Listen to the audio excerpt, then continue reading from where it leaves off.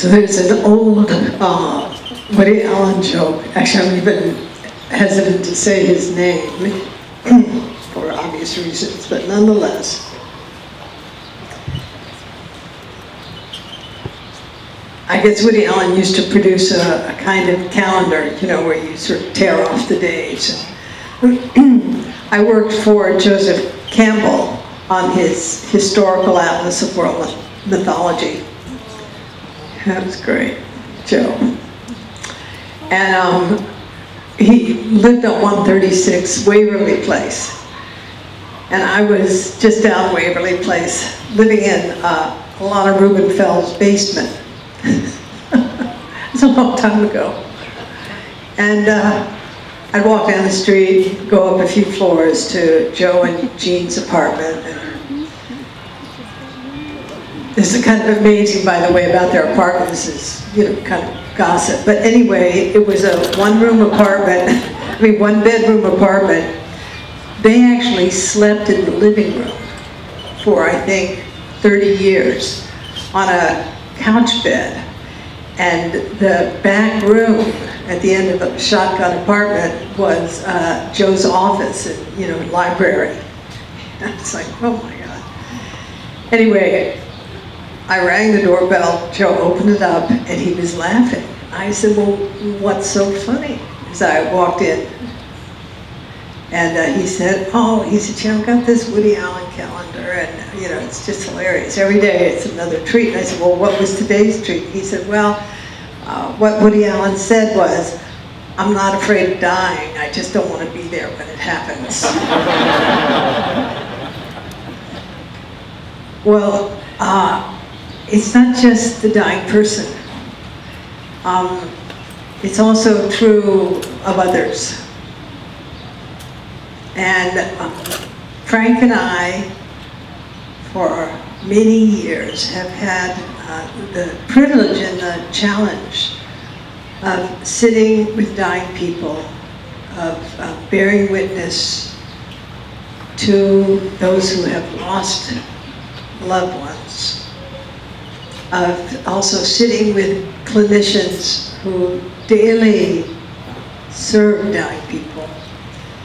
And I think that the two of us are pretty much on the same page. We actually teach a lot together. It's a mystery. And sometimes it's a mystery that is very inspiring, and sometimes it's kind of a heavy mystery. Yeah. And I remember he and I do a lot of exercises with people who are facing death and also who are serving dying people. And I remember an exercise that we do, I'm actually going to be doing it shortly. I booked in a little bit, my calendar got confused, or I got confused. So, you know, I'm having to leave tomorrow, I'm really sorry to say. It's like, that is so stupid. You're in paradise. You're finally relaxing. No more, you know, getting on airplanes. You should just be on the beach. But anyway, we have a big clinician training every year at Upaya with 60 to 70 clinicians. It's an 8-day intensive, and I'm arriving a day late for it, which is bad. And I'm leaving here a day early, which is bad. But in any case, I'll be, you know, sharing this exercise in the next few days with clinicians. And part of the exercise is an exploration of how you really want to die. And how, you know, what's also the worst case scenario about how you're going to die. You know, it's kind of wild. Clinicians who take care of dying people, well, it used to be when I'd asked, they didn't have their papers together, so to speak, many of them. But also they hadn't really thought about their own mortality that much. So this is a really powerful program that we do. And this exercise is an exploration that allows them to look at their view of what the worst case and the best case scenario is. And it works through, you know, in various ways. And then takes about an hour, hour and a half to do it. At the very end, I ask the question, and, you know, no matter what hand you were dealt, the question is are we going to be able to play that hand? And for me, the notion, I think Frank feels the same way, of, you know, a good death is kind of, what do you think, Frank? I think we're allergic to the term. Yeah. We're a little allergic to the term, you know. Good death is often somebody else's idea about how you should go through the experience. And it's hard enough to die without feeling like you're a failure around other people's expectations of how you die. So I don't know how you should die, but I'm happy to be with you no matter what way it happens. Yeah. That's my job as a companion, I think, is to be with you in whatever way it's happened. It's good to point to the door and show people what's possible, but not to try to micromanage their experience. Yeah. And sometimes that micromanaging or our expectations, or even, you know, in a clinical situation, kind of driving people into extending their life or engaging, you know, being subjected to more interventions causes much more suffering. So we're definitely into humility in this work. So I'd like to, you know, after lunch is called postprandial depression. It means that all your blood is running to your stomach and digesting those cookies. So, me too. I had two. You were very good. You're a much bigger guy than me. You only had one. That was very outrageous of you. But years and years of practice. Yeah, You'll get it soon. Yeah. You know something, Frank? I actually, you know, as I was sort of getting into the second cookie, I was just kind of noting that I'm probably releasing a lot of dopamine. And so I enjoyed it even more. So I'm going to invite us to just a few moments of meditation, not so you sink into torpor, but just so we can unify the space of the room.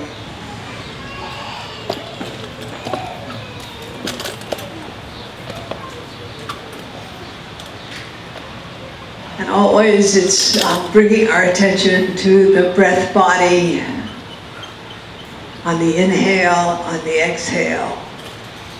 Really dropping into this physical body. You know, except if you're in a lot of pain. And sometimes it's good actually not to relate to even breath, but sometimes the body. On the exhale, maybe allow yourself to send your out breath to someone you really care about.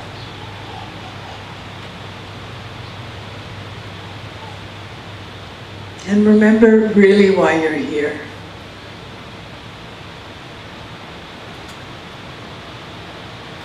And the theme that we're working with is freedom.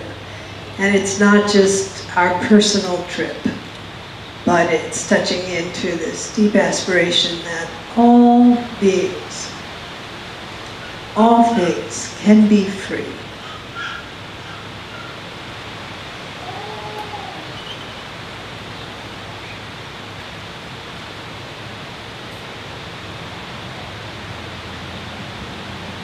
I'm going to ask you to recall a time when you felt deeply perceived, when someone sat with you or offered you a glance or did something for you where you felt really met. You felt seen, appreciated, cared for, not judged.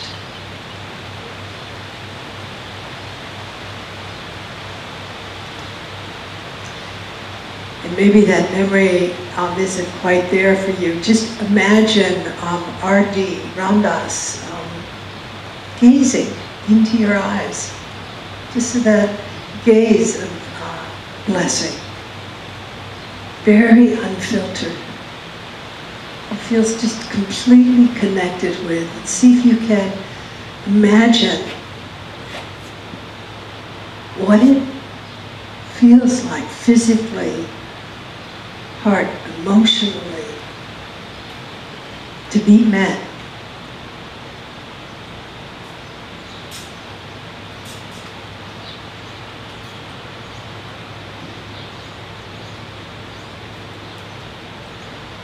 And imagine that it's happening right now.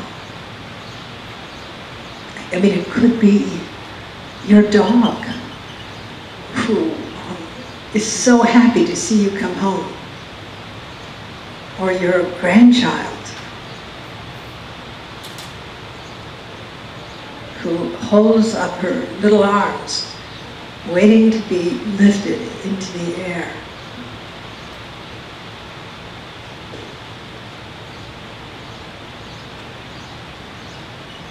Or it could have been a caregiver who just came alongside you.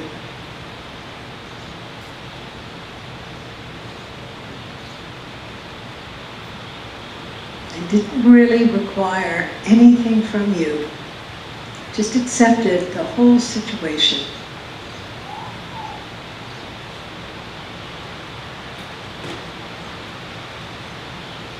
Or it could be your lover, your spouse.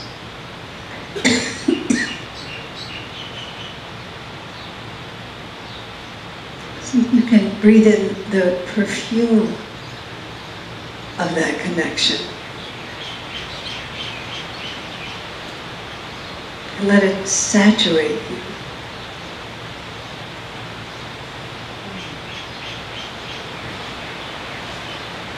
Just like the gardenias next to my bed. Just like the sound of the rain soaking into the earth.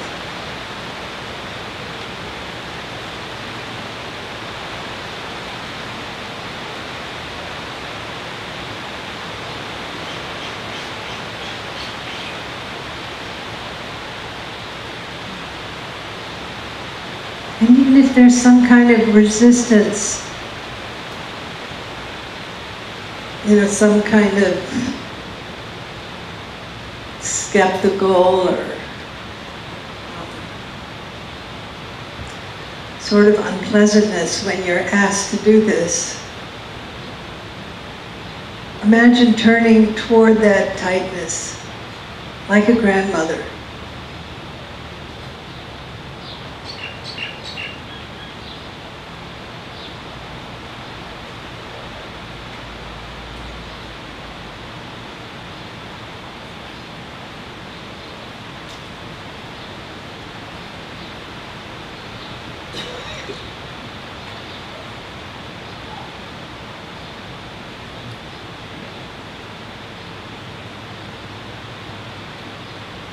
And the smell of the earth rising up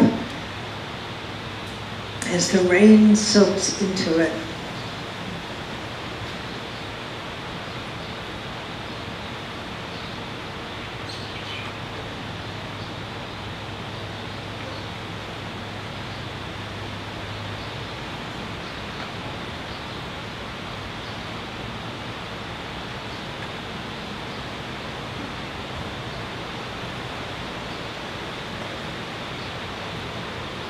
And if this feeling has a nourishing quality, you can recognize it in one way as always being present for you, even though sometimes not very accessible.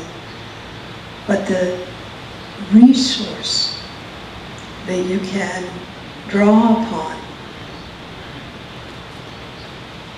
of the moment when you felt really seen or perceived or appreciated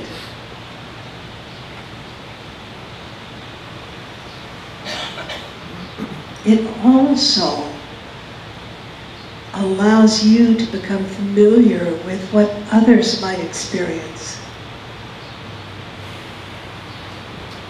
as you offer them loving kindness.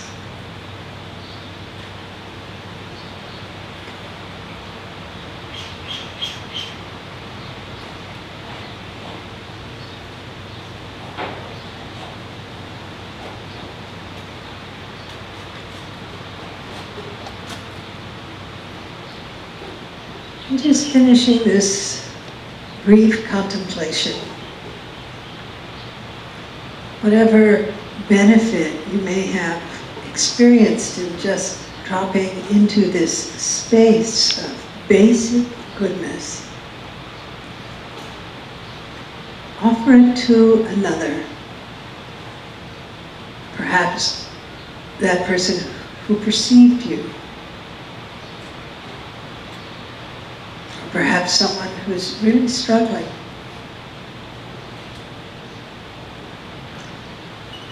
Who could use a little blessing. But you can't bank love.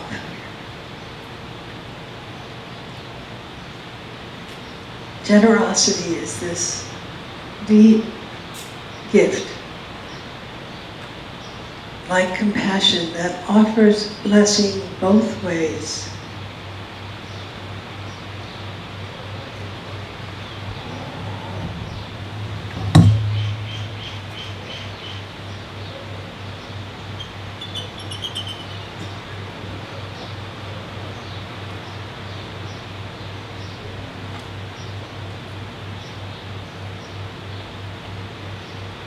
Thank you so much.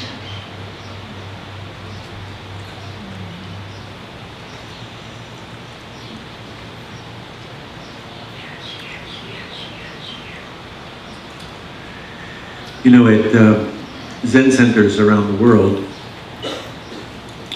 there's a ritual that's done. It's called the Mountain Seat Ceremony. And it's when there's a new abbot or abbess that's going to be leading the community. Here, the stage is built like this, really high stage, to look like a mountain. And the incoming abbot or abbess climbs these stairs, sits in a position.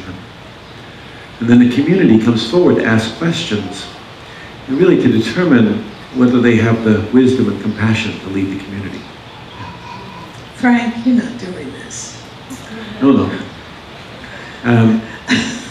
Anyway, one of these ceremonies, Mel Weitzman's ceremony, a student came forward and said, tell me, what does spiritual practice have to teach me about caring for others?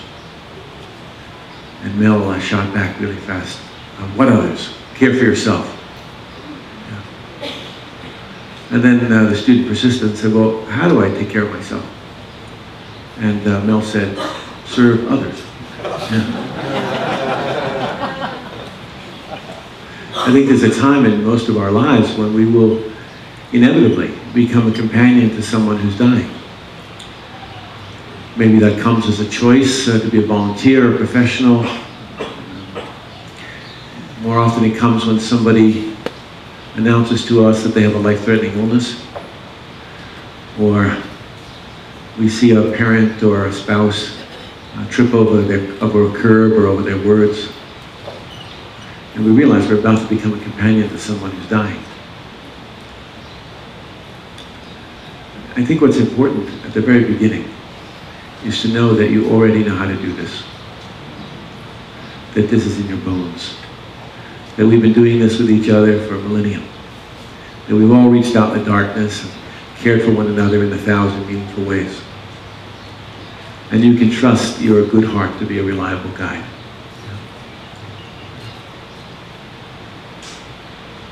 And the act of taking care of someone is actually quite simple. You make soup, feed someone, change soiled sheets, listen to a lifetime of stories that have been led and are now ending. Nothing special really, just simple human kindness. Yeah. But in the last several decades, I think we've made of this something, well, we've made it technological and we've mystified the experience. And we've forgotten, in a way, what we know. And we become frightened. And so I think gatherings like this are a really great opportunity to remember, in a way. Remember what we know, yeah? And to remind each other of what we know, yeah?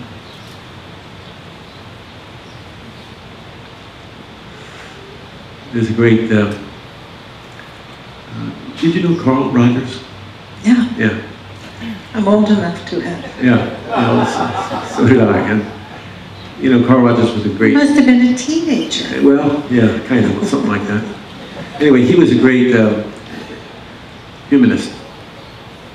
And he had a beautiful thing that he used to say. He said that before every session, I try to remember my humanity. And the person that's in front of me, he or she doesn't have to be alone in their suffering. And they don't have to be embarrassed by their suffering or ashamed of it. Because I too am human. Yeah. And I can listen. And I can be a companion to them in a way. Yeah. I can also be vulnerable with them. Yeah. And this is how the healing will begin. Yeah. So I want to just really say that at the very beginning of our time here, that you know how to do this. That you can count on this. Yeah. And that we can all reach out in the darkness and embrace someone else's suffering as our own. Yeah. We can do that. So I thought this time we might spend a little time talking a little bit about what it's like to be with other people in their dying process. And what they've taught us over the years. We've had really good teachers. Yeah. I work with a lot of people who came from cultures I didn't know, speaking languages I couldn't understand. Yeah. I remember there was a man, Nguyen, he was a Vietnamese man, and he was very, very scared of ghosts. Yeah. And his roommate, Isaiah, was an African-American man, and he was very comforted by nightly visits from his dead mother. Yeah.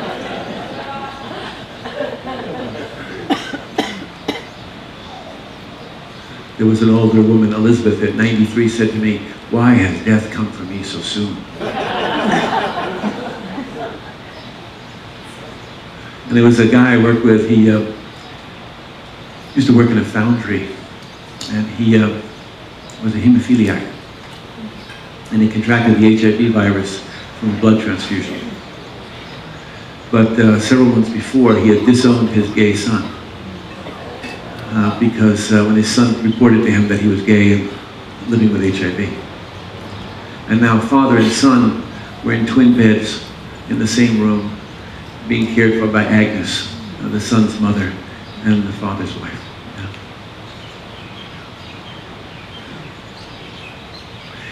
We find our common ground. All these people, you know, sometimes they turned toward the wall in withdrawal and they never came back again. And others blossomed and they opened and they found the kindness they've been looking for their whole lives. All of them were my teachers. Yeah. All of them were my teachers. There's no one way to go through this process. And one of the ways that we learn about timelessness is by studying time. And one of the ways we learn about the deathless is by studying death. And one of the ways we learn about fearlessness is by coming very close to fear. Yeah. So I thought that might be set the tone for our exploration this afternoon and see what we could learn together. Yeah. Thanks, Frank. Yeah. So what Frank and I would love to do with you, because and both of us hold a lot of content that we would totally enjoy sharing with you, but you can read it in our books. Frank's book, 5 Invitations, is really so powerful and so accessible. And I feel that my new book, Standing at the Edge, is really powerful and really edgy. So you can read about the stuff we know, but what we love is to get your questions, because it always brings up for us a new way of thinking, a different way of seeing things. So I'd appreciate it, we'd appreciate it if you get the hand mics ready, and don't be shy about asking difficult questions.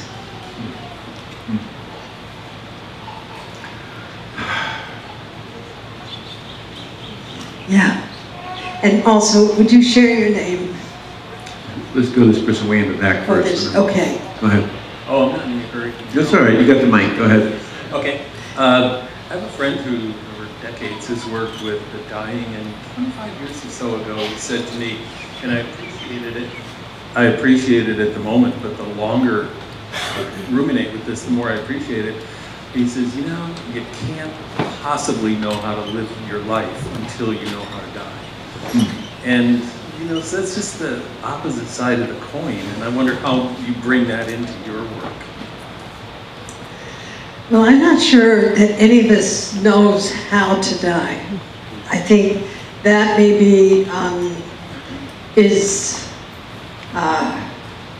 almost hubris. But we will be taught a lot in the process of dying. And don't you agree, Frank, that it's just, it is such, death is a teacher. The dying process is a teacher. And the less we resist that teacher, the more we will be able to let go of.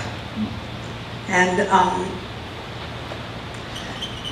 I think that both Frank and I, we've been in the field of end-of-life care, since 1970, so that's, what, 48 years. And Frank, you're not far from that number, kind of there also. And you know what, Thomas, I feel that the longer I'm in the field, the less I know. That when I'm with somebody who is dying or somebody who's grieving, I really drop into not knowing. This kind of beginner's mind. Was that helpful? Frank? Yeah, I mean, I think, I used to think I knew a lot about this. And then I had a heart attack. And I realized I didn't know anything about it. Yeah. Or it humbled me. Is a better way to say it. Yeah. You know, Ram Dass and I have had this discussion many times about can we actually prepare? And I don't know.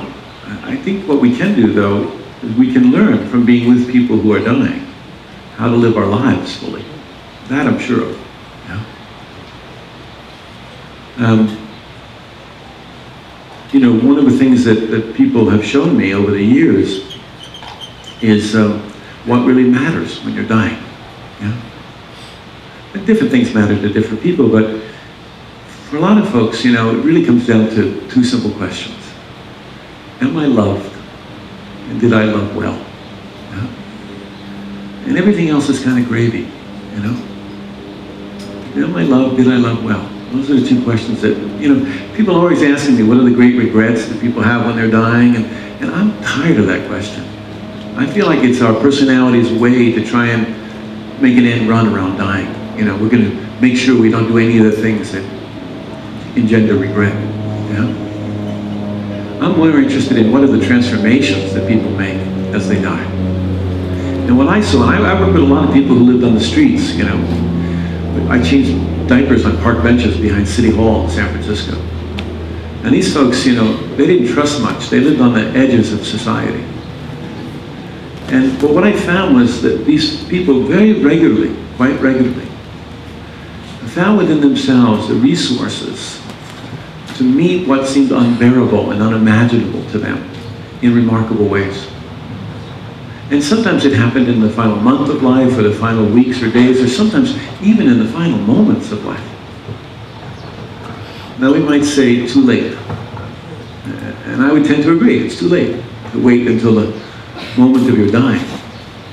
But here's the thing, if that opportunity exists then, It exists now. And we don't need to wait until the time of our dying to find out the lessons that it has to teach. In fact, to imagine that at the time of our dying, we will have the physical strength, the emotional stability, the mental clarity to do the work of a lifetime is a ridiculous gamble. Yeah. Well, it's a gamble most would lose. Yeah, so let's practice now, you know. And so how can we do that? You know, I was talking to someone here earlier today. We were talking about this, and we were saying, like, how do you do this? How do you get ready for dying, you know? And there's lots of practices, of course, but one simple way is just look at the way you meet endings. How do you meet endings? You know, the end of a meal, the end of this conference, you know, the end of a sentence, the end of your day. How do you meet endings? The way in which we meet an ending shapes the way the next moment begins. So study endings. Yeah? Study the way you meet endings and see what that has to show you. The habits of our life have a very strong momentum, and they carry through right into the time we're dying. So the question that arises, of course, is what habits do we want to create? What else is on your hearts and minds? Up in the front here. Thank you.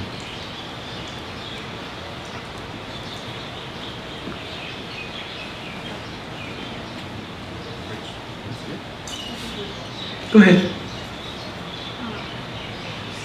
So I've had like 24 hours of just straight bliss when I got here yesterday, and then just when I sat down, I just had this wave of sadness come over me. So we're talking about death, and a few months, well, almost 10 months ago now, I almost died from a suicide attempt, and I had no fear of death. I felt very comfortable going into that, and as I could kind of feel it coming over me before I was brought back. I think my problem is how do I fear life, but not death. And so do you have any practical things that I can take with me for that?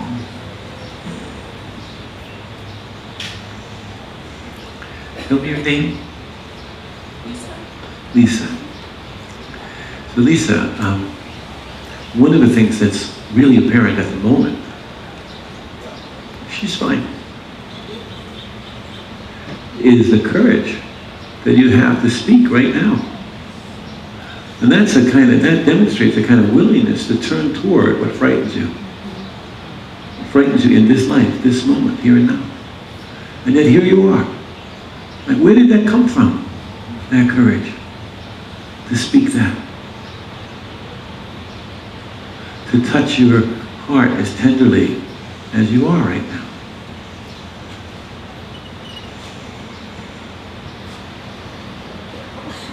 It's what?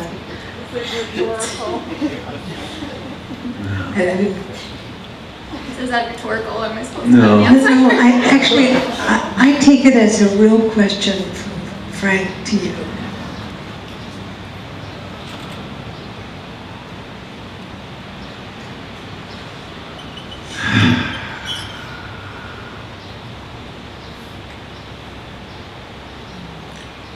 What do you want? What do you want?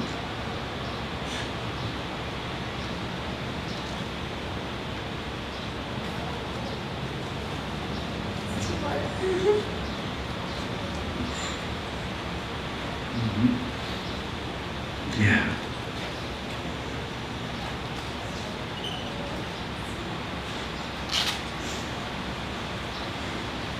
Sorry, guys. You don't know what you might be opening for someone else.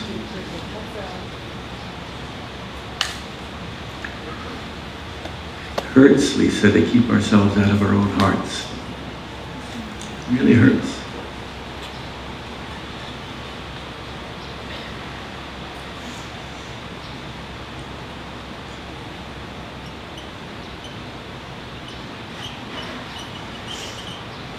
You don't have to answer anything now.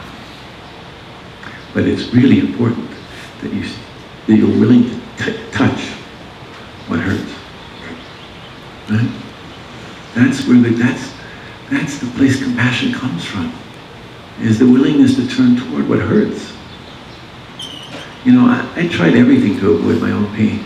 Sex, drugs, rock and roll, all of it. Yeah? And at some juncture, you just have to turn toward what hurts. Because it's the only option you have left, really. And when you do, you know, that becomes the ground of compassion, to turn toward what hurts. And to touch it with some mercy and some tenderness. And it's good if others help you. It's good to get their help. But there's also something about literally putting our own hand on our own heart and saying, okay, all right, I haven't been listening. It's been 30 years. I promise I'll listen now. Yeah. Okay? Promise you'll listen now.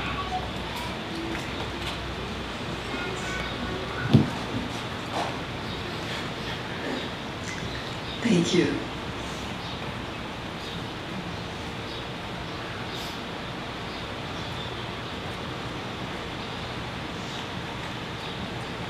Hi, I'm Olivia.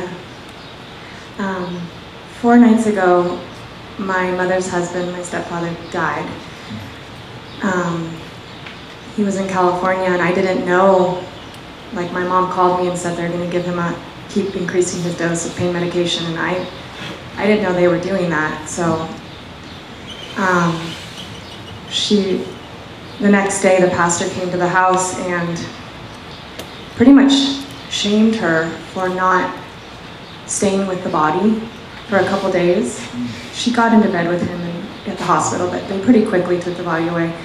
So when she called me, I mean, I was just shocked that, you know, she was on top of grieving. Now she had this shame that and she was hysterical wanting to go back. She lives in Carmel, to go back, and she was trying to call the morgue. Anyways, so my question is, I know it's cultural, but do you have a particular belief about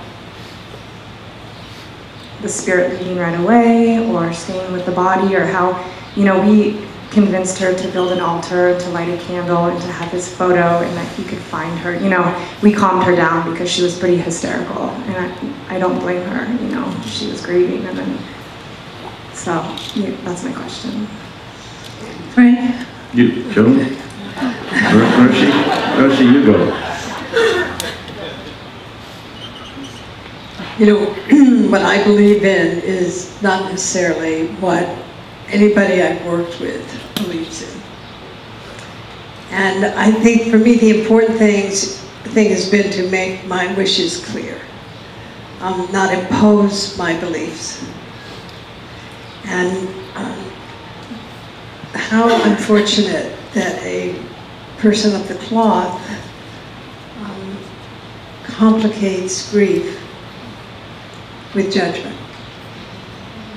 That's very unfortunate. The process for me is always about asking what will serve here. And not just asking myself what I think will serve, but to enter into an inquiry process that is respectful, interested, and also open to, you know, something that might be very surprising. So my beliefs are kind of my business. I mean, if you really want to know, I'll tell you. But in terms of the work that Frank and I do, it's our beliefs that have to get out of the way. And what's important is to create a bond of trust, to make it safe for a person to look inside themselves and to bring out that which they feel will be aligned with their beliefs, their values, the principles by which they live. So I can say as a Buddhist, the arc of the bardo after death is one that I sense has deep validity. And I would appreciate my body being undisturbed for at least 3 days. And that also at the end of that 49-day period, that people have the opportunity to release thoughts about me that are positive or negative. But every 7 days to generate a sense of benefit in recalling whatever my life has been about. So that's kind of what I put in my directives, advanced directives. And if it's not convenient, like, you know, I go to Nepal every year, and I'm 75, I'll be 76 when I go back in September, and run these high altitude clinics in very high risk situations. It would be very easy for me to expire over there. I would not expect people to sit with my body for 3 days. You know, that is not necessarily what will serve. And the other thing is that it comes up for me is around organ donation. So, you know, some people feel that the body should be absolutely undisturbed. But if my organs are useful to anyone else, I will put up with that perturbation in order to serve others. But that's just, you know, my own perspective. You know, I started a program called the Zen Hospice Project in San Francisco, and as I mentioned earlier, we work with all kinds of people, lots of people on the streets. And it wasn't uncommon for us to have in the house people of all different traditions, all different cultures. It was really common to have a nice old Jewish lady here who, when she saw the Buddhist guy sitting with the Buddhist guy who died and we kept his body for 3 days, she said, "Don't you dare do that to me, you know. I want to be put in the ground in 24 hours. That's my tradition." And the African American folks down the hall who were having a celebration, drinking gin when someone would die. I don't know how it is, and I try, like Roshi said, I try not to impose my ideas. I had a woman, she was a Christian Scientist, 92 years old, and she was so ready. She said, "All I want to do is put my head in the lap of Jesus." And then her granddaughter came to visit. I think she'd been to a retreat like this. And she said, "Grandma, when you die, you don't have to worry, because when you die, everybody who's died before you will be there to meet you." And Grandma became terrified.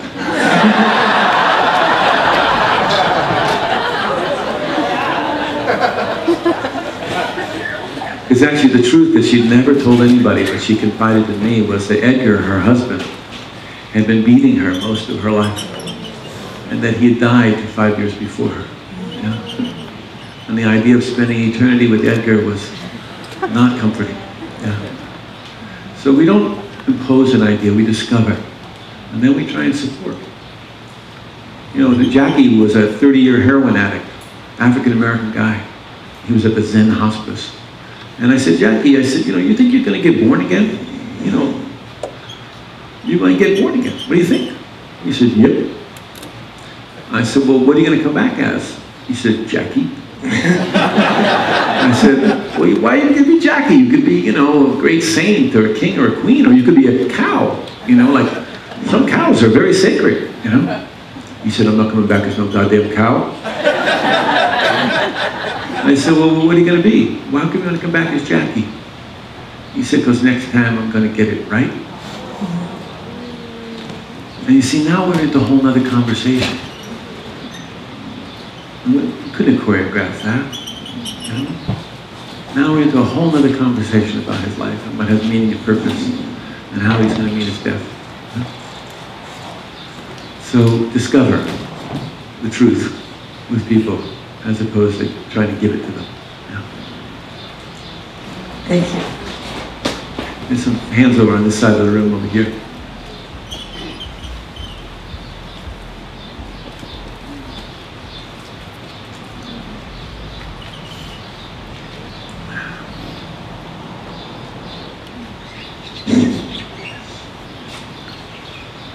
My name is Mark. Roshi, could you go over real quick, not real quick, but the Reader's Digest version of one of those 18-hour sessions with a terminally ill patient with LSD would be like, from a cultural point of view, that you're not sure, you know, from a Buddhist to a Seventh-day Adventist, you know, how that would be different for them on some level, or what principles would you help to instill in them to help them to get rid of the fear? So I don't think there's anything we can do that way, actually. There's no principles we could distill from them. The most important thing, I feel, is our connection with the people. That is to establish, to the extent that is possible, a relationship of trust where there's a mutual respect, and also where the person doesn't feel manipulated by what Frank and I were talking about earlier in our afternoon session, about our idea of how this session should turn out. At a certain point, I remember Stan said to me, a good trip is a bad trip, and a bad trip is a good trip. And I think what we learned is that, you know, people who go through a lot in the LSD experience, like reliving their biological birth, or, you know, encountering deep trauma in the psyche, reliving experiences of trauma, that not unlike what Frank said earlier, it's turning towards your suffering, not away from your suffering. So this can happen mostly when there's connection, trust, relationship, and also when we're not driving that person toward an outcome that we feel is beneficial. Where the image that we use in this work is coming alongside. It's like there's the boat that is moving down the river of life. And then we're in a small boat, and we come alongside it. Part of coming alongside, I learned, is you always ask permission. You don't just take your boat and crash it into another or throw your rope over. You always get a scent. And then you're on that person's trip. And you're there as a completely loving, non-judging presence. And what I think this takes from the sitter or the caregiver, whether it's professional or family or friend caregiver, is that you've worked your stuff. That it's not just that we plunge into this kind of connection with confidence that we're not going to contaminate it.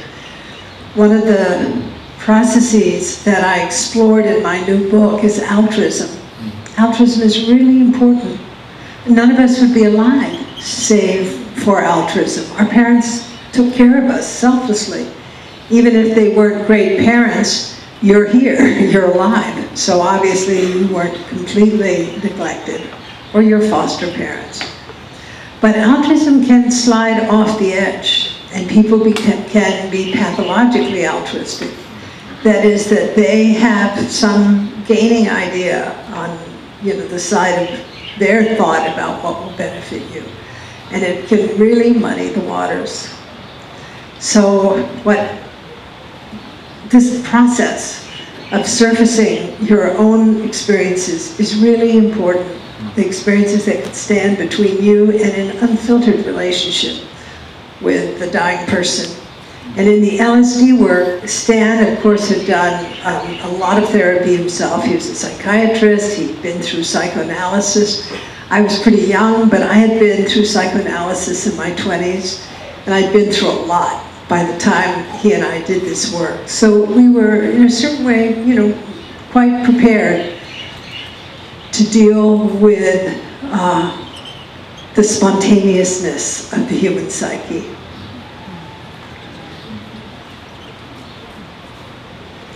Was that helpful? You know, the only thing I want to add to this, it's just because it's so good, really good, you know. Isn't she good?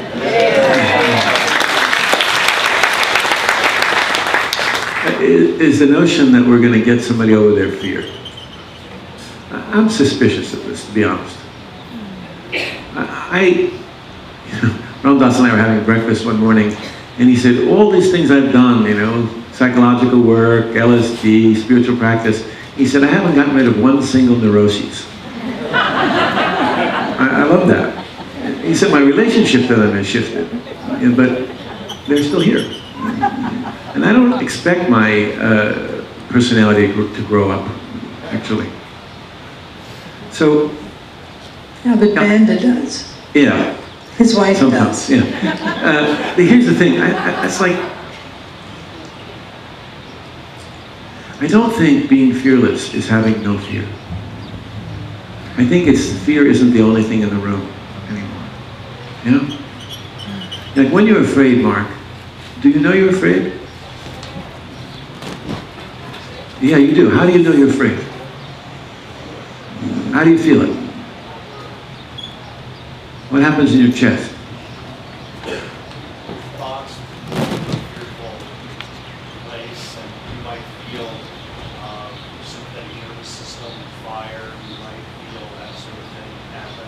Right. So his sympathetic nervous system fires. He has thoughts, maybe planning thoughts or strategy thoughts, or how to get rid of this fear, for example. Those things might be going on. Beautiful, beautiful. So you know you're afraid, right? But the part of you that knows you're afraid is not afraid, Mark. It's not afraid. And you can orient to that, or you can orient to the fear. You can function from that, or you can function from the fear. Yeah? So when we really learn, you know, to understand that, then I think we have many more options in our life, you know? A lot of times in spiritual practice, we develop an idea about where we think we should be, and then we use that idea to not be where we are. Yeah?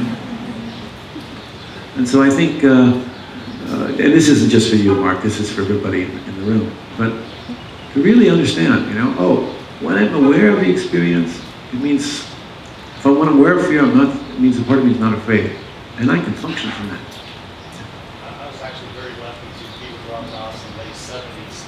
And from that experience, also with Stephen Levine, I've done a lot of death work, as I call it. I ended up working with a lot of HIV children, kids in the late 80s and 90s. So I've been through a lot that you're talking about, and I try to just be there and be present with him as much as I could. That's what he helped me with. Beautiful. And so, you know, it wasn't my fears any longer. It was just trying to be in that moment with them and help them to just go through whatever they were going through. So I'm right with you on that. Good, good. So I'm a big one for, I try to explain, there's fear and faith. They can't work together. Mm-hmm. And so if you can work from one end to the other, it works pretty well. Okay, what else is on your hearts and minds? Right behind you there, the guy in the glasses, thank you. I'm Sean, and I, as a 24-year-old, pretty freshly out of college, facing just the question mark of how to best direct the energy of my life and what to do with it, basically. Would love to hear both of you talk about, I guess, when you were about my age and sort of finding your way into the path that felt right and a good trajectory. Remember that? It's so long ago, I don't. And then make sure to do exactly what she did. That'll work perfectly for your life. So what did you do when you were 24? Sex, drugs, rock and roll. Sex, drugs, rock and roll, right? That was the 60s. I spent a lot of time running away from my own pain. Honestly. You know, and that took me to Asia, some time in India and elsewhere in Asia. And then eventually it took me into caring for other people who were worse off than me. I thought if I was taking care of them, my pain might not feel so bad. Yeah? But it's the kind of pathological altruism that Roshi was talking about a moment ago. It doesn't work, you know. That's why I was saying to earlier to Lisa that you got to stop at some juncture and turn toward what hurts. And this is, I think this is a useful experience, you know, to turn toward what hurts, yeah, and to face it squarely. And then have a good time. Really, have a good time. Yeah. Yeah, don't take all this so seriously. Honestly. I mean, you're going to die sooner or later. Nobody gets out of here alive, you know? So really, seriously. I mean, Ram Dass said it this morning when he was talking about qualities, the essential qualities of our life, and he talked about joy. You know, in my life, love is the fuel for the journey. Yeah? I mean, if there's a mountain lake that you love, do you like to hike? Yeah, okay. Yes. Beautiful. So if there's a lake that you love, you know, you got to really love the lake to make the climb, right? But it's not enough just to love the lake. You got to love the climb. Otherwise, when the mosquitoes come out, you'll turn back. Yeah? So love is the fuel for the journey, but joy, that's the spark that ignites the fuel. Yeah? So it's really an important quality to come to know. And for me, it has a lot to do with playfulness. Yeah? You know, if you watch kids play, they don't play for a purpose. They just play. Yeah? They play to discover. Yeah? You put, watch some of the infants that are in the room. You know, they put everything in their mouth, right? Breasts, sticks, rocks, everything. It's not always because they're hungry. It's because they want to know. They want to discover. And there's so many nerve endings in our mouth, you know. So discover, really discover. Just be joyfully discovering. Yeah.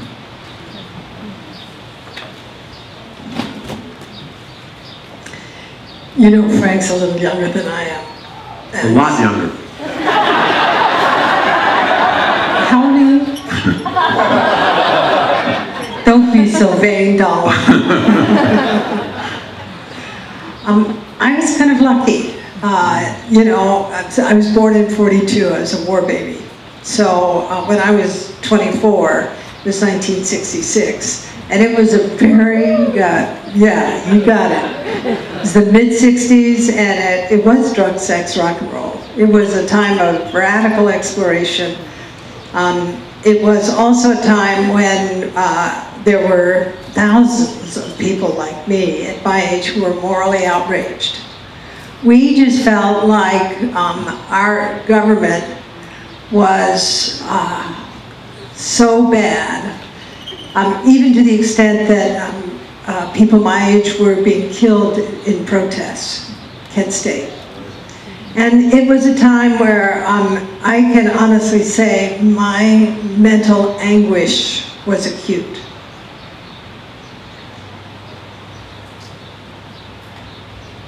And then, right, I think it was in '66, Thich Nhat Hanh came to the States. I didn't really know who he was until shortly after I found myself in a huge peace march down Fifth Avenue. And yeah, I was a book Buddhist. I was also a political activist, but I was also in anguish. And what his example taught me was very interesting. It was really foundational. And that was the integration of the contemplative life, meditation with social action. You could be, and this isn't everybody's trip, but you could be deeply socially engaged in addressing issues related to structural violence and direct violence, and also be a contemplative. My, you know, Dr. King, he was a powerful example. Later, Nelson Mandela was a powerful example. And today, our good friend, Father John Deere, who's been in prison more than 75 times, continues to be a powerful example of a person who has brought faith and social responsibility together.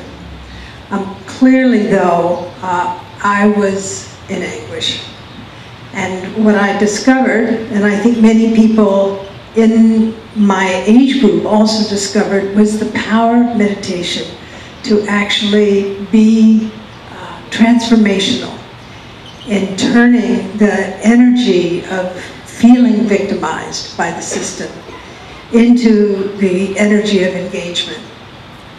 So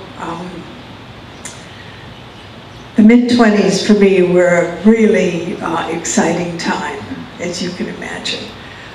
I never, though, anticipated becoming a full-on Buddhist. I certainly never thought I'd be establishing a Buddhist institution. I never thought I'd be breaking glass ceilings in the Buddhist world and in other worlds. I just did what was before me and made so many mistakes along the way. But every mistake was a source of learning for me. And I think that's one of the messages that I, as an elder, try to carry. Appreciate your mistakes. If you don't make any, you're not learning anything.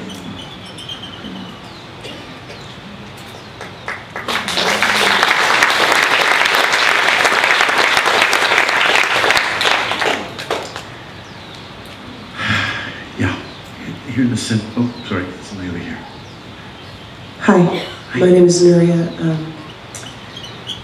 I'm struck by how many of the things that you said are relevant to living healthy relationships and parenting, and I'm wondering if you can speak to some of the ways that you're working with dying has translated into your living relationships.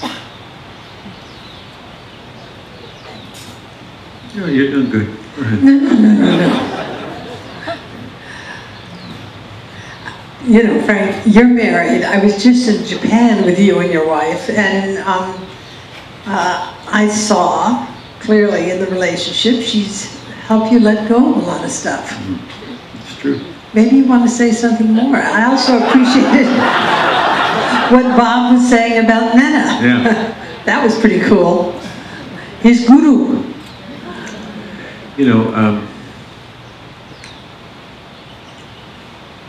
I mean, relationships are the most difficult things we've invented for ourselves, I think, and yet great teachers. You know, I think this life is a lot more than just getting up and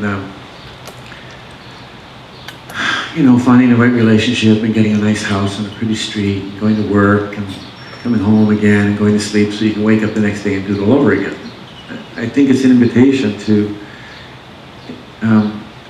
embrace everything, all the beauty and horror of this life.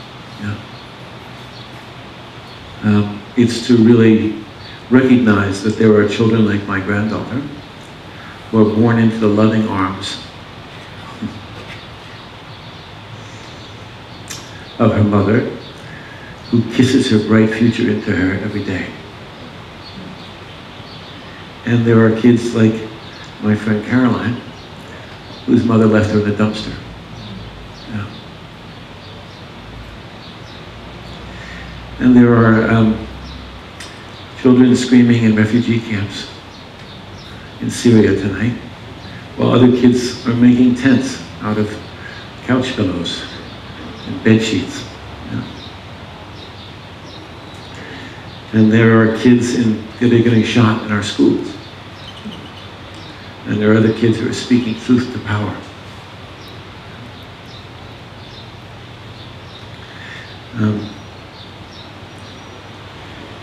There is endless suffering.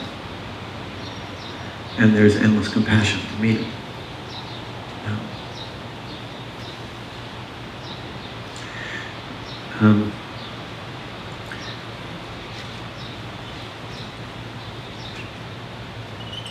I used to think I knew a lot more than I do now. Yeah. That's a good thing, to not know so much. That's a really good way to raise our kids, to not know so much. Yeah. And to discover right along with them, you know, how to do this life.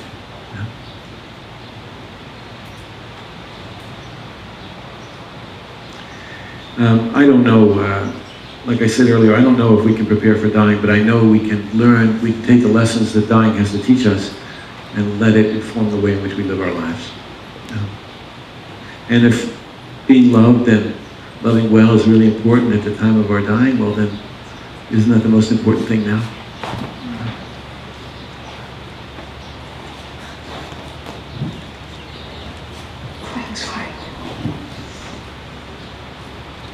Hello, my name is Sunny. I do palliative care in Hollister, California, a small hospital. Sunny, oh, there you are. Yes, and 2 nursing homes affiliated with it. When I was 24, I graduated, I was a nurse in Tehran, and I was terrified of dying. But now I've been doing end-of-life care for 12 years. And the most sacred space that I am, and the most beautiful meditation that I do, is by the bedside of those beloved people that I have the privilege to be there. So no fear, no death, and especially when they don't have fear, it is really sacred. And when I leave that room, I'm in a state of high. It's just, you can't explain. I just go and sit and everything's just bright and beautiful and out of this world. And there are a lot of people who have different beliefs, and one thing that I tell them is, love never dies. And that covers whatever belief they have, and they shake their head. One question that I have, first of all, thank you for all you do. I'm so blessed to be here, your presence and everybody else's. My question is, when somebody is getting closer to transition, before a lot of people, they can express if they want to be held, they hold their hands, if they have fear. But when they don't talk and they cannot express that, what do you recommend about touching them physically? Bringing them back in the body, or just allowing, what I usually do, I just sit and emanate that love and peace. And I'm not afraid to tell them I love them. So what is your thoughts on touching, physical touch, when people are getting closer to the end of this journey on earth? Thank you. Well, thank you. So it's a range of things, and I think what Frank and I will share about this is just our experience. There are no rules, but there are some interesting perspectives.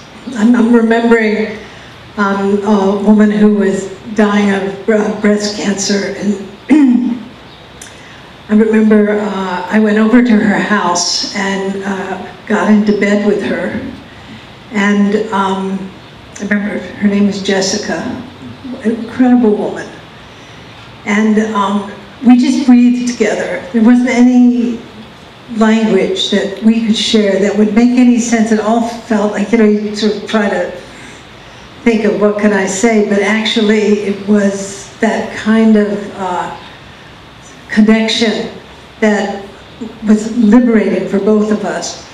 And then later she was hospitalized at St. Vincent's Hospital. She was loved by many people, and she had 4 brothers. And she had a big caregiving team. She was just incredible.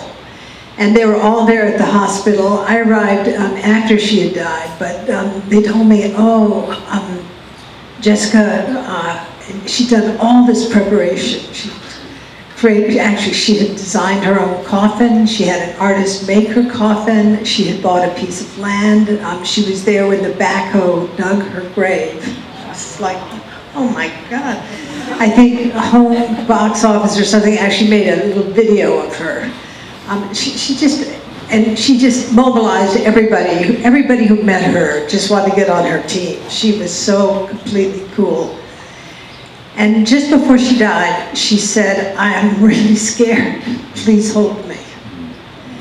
And one of her best friends, who's just a great person, just got into bed beside her and held her, and so she slipped away. She died. And she died connected and free. So that's, one story. I came just after her death point, by the way, and it was so interesting. One eye was open as though she were gazing into space, and the other eye was closed as though she were gazing internally. And then they let her rest in that hospital bed for a few hours, and then she had requested to be taken out of the hospital and driven to the place where the property was. And so I was with her when the patient advocate came and family members were there, and they gently moved her into this white bag and zipped it up, moved her down the hall and down the elevator and into an old station wagon.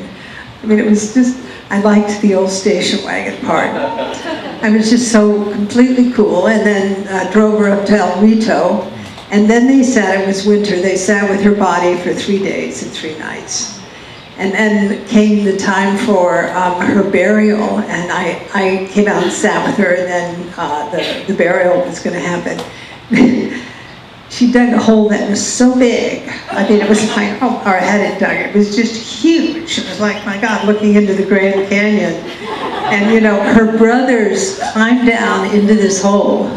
We're all standing, 30 or 40 of us, with the snow falling, while they received her coffin and lowered it, you know, into the hole, and then they climbed out, and then we all had shovels, and it took us about 4 hours to fill the grave. Okay.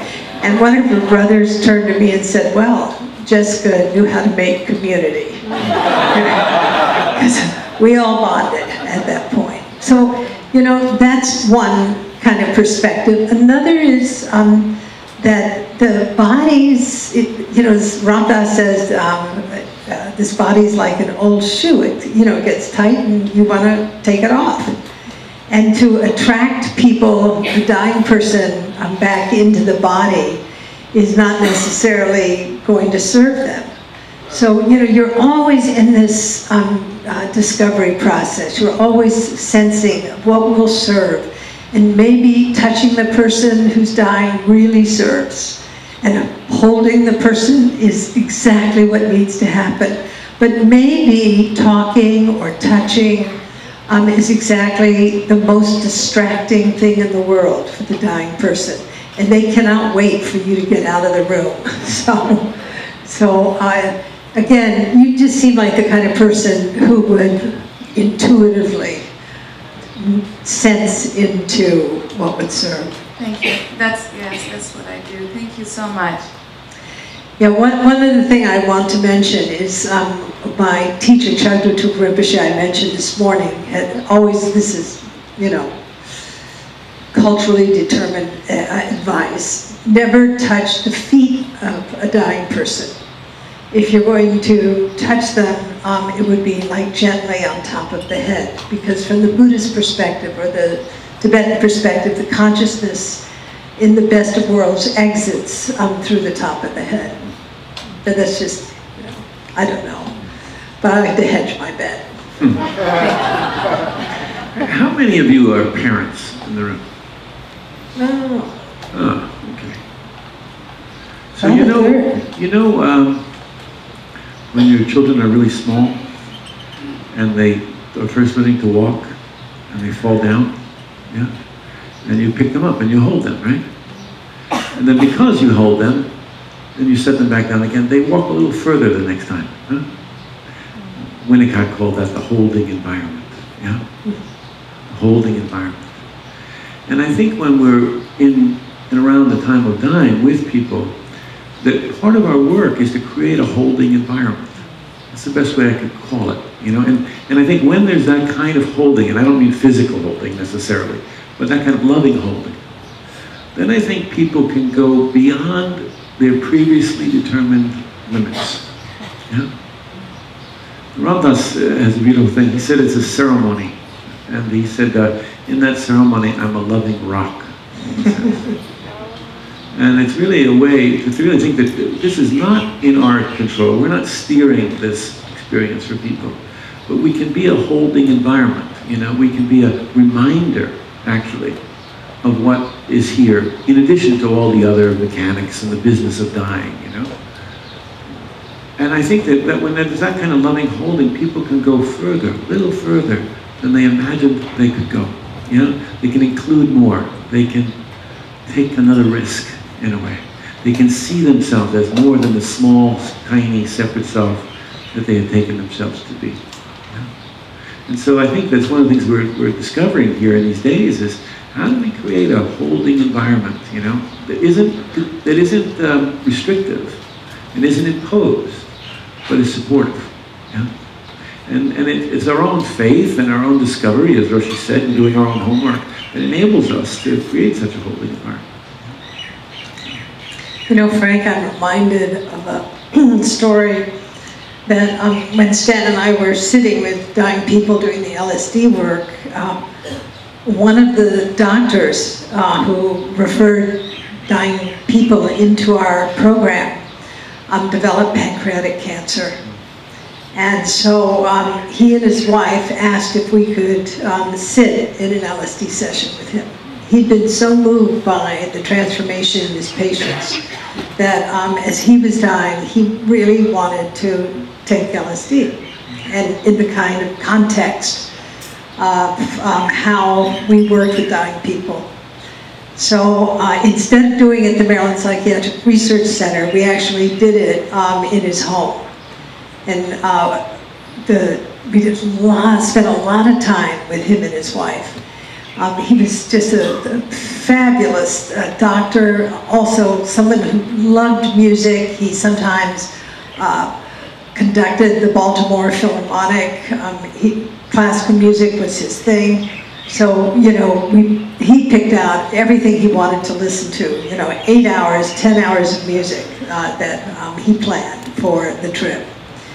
And they had a big mattress moved into the living room, and the session day started. And so at a certain point, he was listening to Chopin, and he held his arms out as though he wanted to hold someone. And I actually kind of moved beside him, and he wrapped his arms around me, and he held me the whole rest of the session. He held me. And I was completely blown wide open by the experience. He was going through, you know, death and rebirth, a kind of Avatamsaka Sutra, all as one kind of moment after moment. And I was like, I had a contact high. And as the LSD experience was diminishing and he was kind of floating back up, Stan invited his wife in, and I slipped out of his arms, and she slipped into his arms. And it was beautiful to observe the two of them fusing in the way that they were. And then a few weeks later, he developed an intestinal block, and he had to be hospitalized in the very hospital where he had been a physician. And the wife was just a totally cool person. First, she would get into bed with him and hold him. And the nurses realized that this deeply benefited the patient. And so they kind of set it up so the nurses could also hold him as he was going through the dying process. He died maybe 4 days after he was hospitalized. And it was, for me, just a powerful example as a caregiver and as a sitter to actually, not to feel like I had to hold, but actually to be held, knowing that that's what he chose. That was what was nourishing for him. And then also to know that he died in the arms of his wife, where that sense of holding, as Frank was talking about, was so actualized, even in a hospital.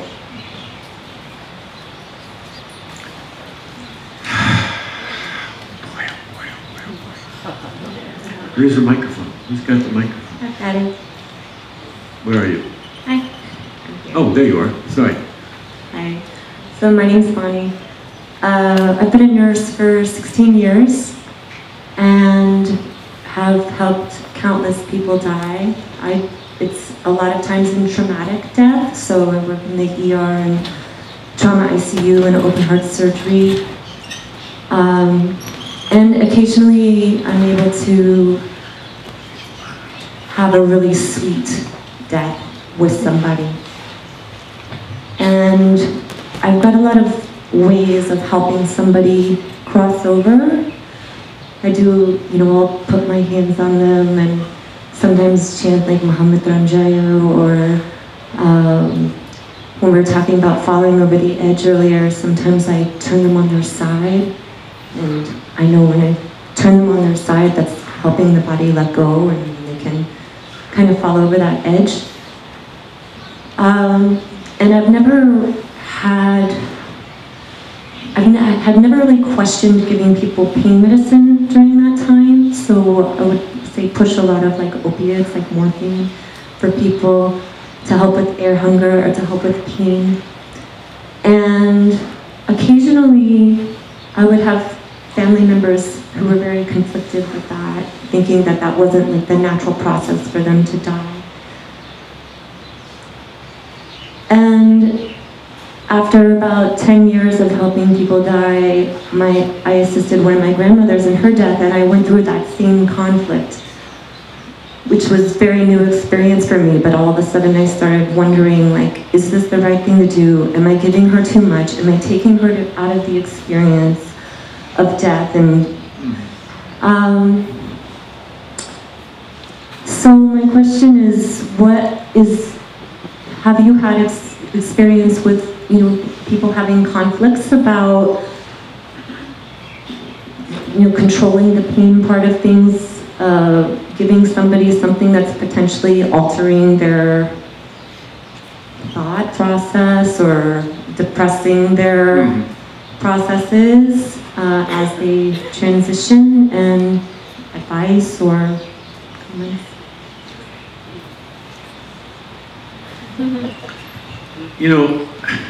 It's hard to know anymore what's a natural way of dying.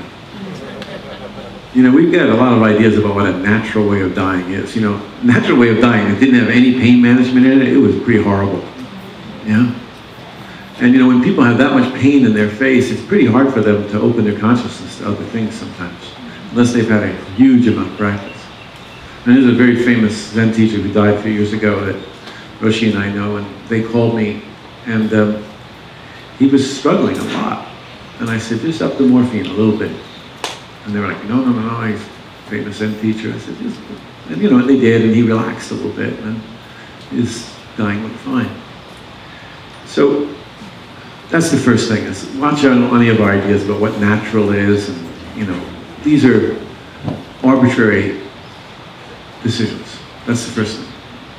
Roshi can speak better to this next part, about the continuum of mind that's present, that is not affected by morphine or by other analgesics. Yeah? You want to talk about that? The holiness talk about it. Yeah. So in 1992, I was in Dharamsala in a science meeting with His Holiness presenting near-death experiences. And I had a chance to have a one-on-one with His Holiness, and I asked him more or less the question that you're asking. Having sat with so many dying people, having sat with dying people who suffered from intractable pain, having conflicts around, for example, trying to figure out, well, is palliative sedation okay? How morphinated should people be? Sitting with all these kind of moral dilemmas. And so I asked His Holiness directly, I said, modern medicine has ways of controlling pain, but those ways often alter consciousness.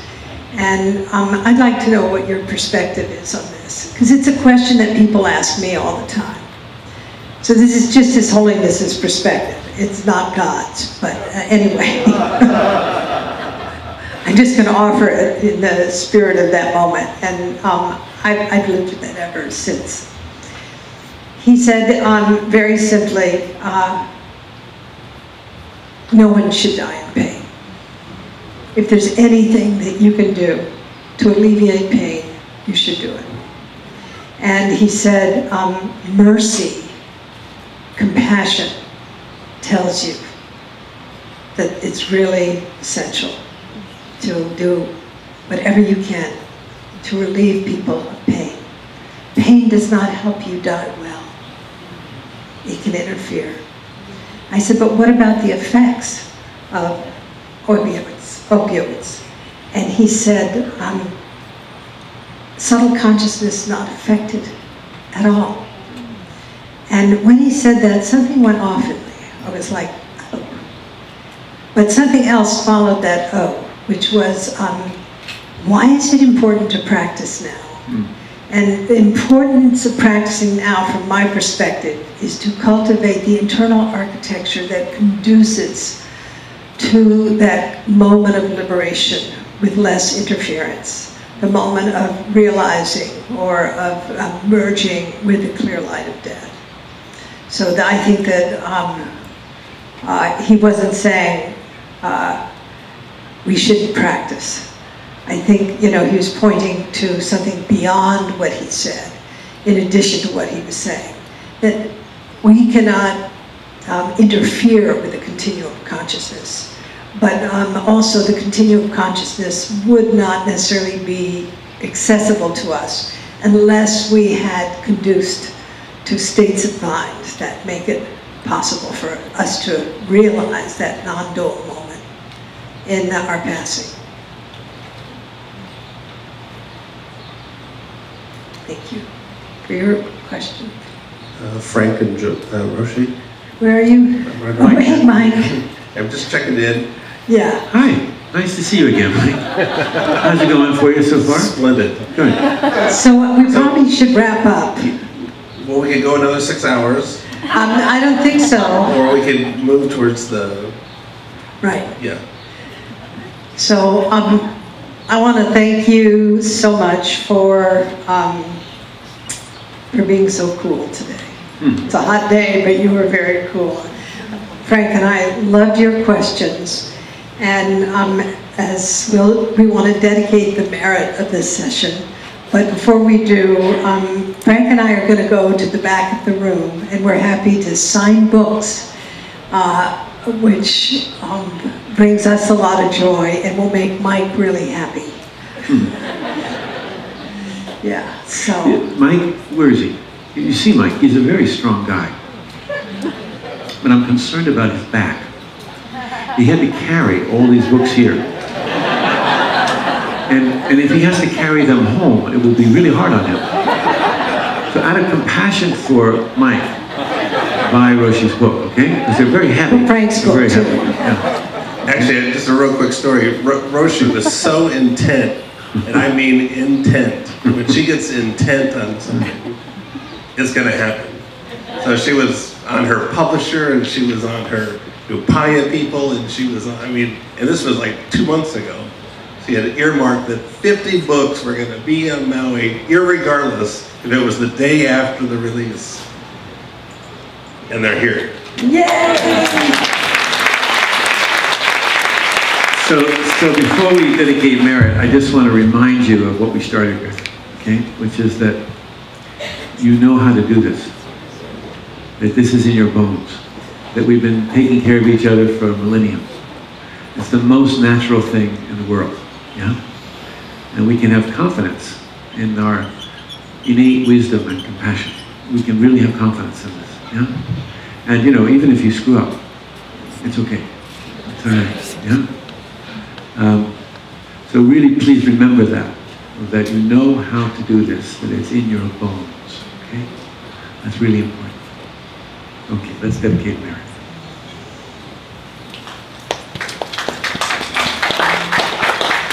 First we dedicate merit. So may the merit of all you have brought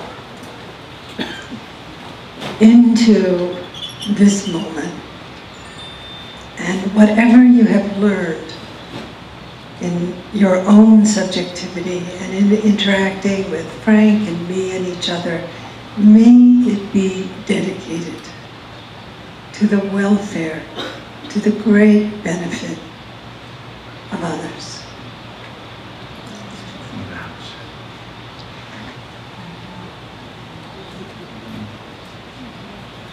Let's pray.